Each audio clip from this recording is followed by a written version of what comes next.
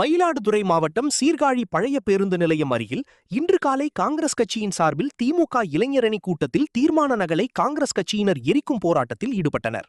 இதுகுறித்து தகவல் அறிந்து சம்பவ இடத்திற்கு விரைந்து வந்த திமுகவினர் காங்கிரஸ் கட்சியினருடன் காரசார வாக்குவாதத்தில் ஈடுபட்டனர். இதனால் அங்கு பதற்றமான சூழல் நிலவியதை அடுத்து சீர்காழி போலீசார் இரு தரப்பினரையும் சமாதானம் செய்து அனுப்பி வைத்தனர்.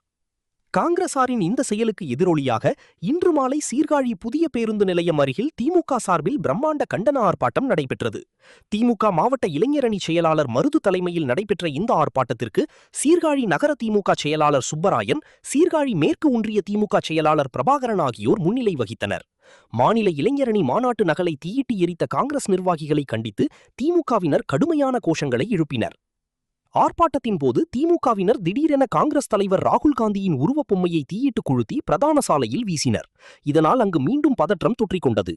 தகவல் அறிந்து சீர்காழி காவல் துணை கண்காணிப்பாளர் சரவணன், காவல் ஆய்வாளர் கமல்ராஜ் மற்றும் போலீசார் சம்பவ இடத்திற்கு விரைந்து வந்தனர். அவர்கள் சாலையின் நடுவே எரிந்து கொண்டிருந்த உருவப்பொம்மையை அகற்ற முயன்றனர். அப்போது சீர்காழி காவல் ஆய்வாளருக்கும் திமுகவினருக்கும் இடையே கடுமையான தள்ளுமுள்ளு மற்றும் வாக்குவாதம் ஏற்பட்டது.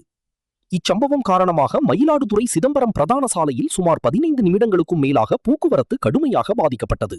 போலீசார் நிலைமையை கட்டுக்குள் கொண்டுவர தீவிர முயற்சி மேற்கொண்டனர். இந்த அடுத்தடுத்த சம்பவங்களால் சீர்காழி பகுதியில் தொடர்ந்து பரபரப்பான சூழல் நிலவி வருகிறது.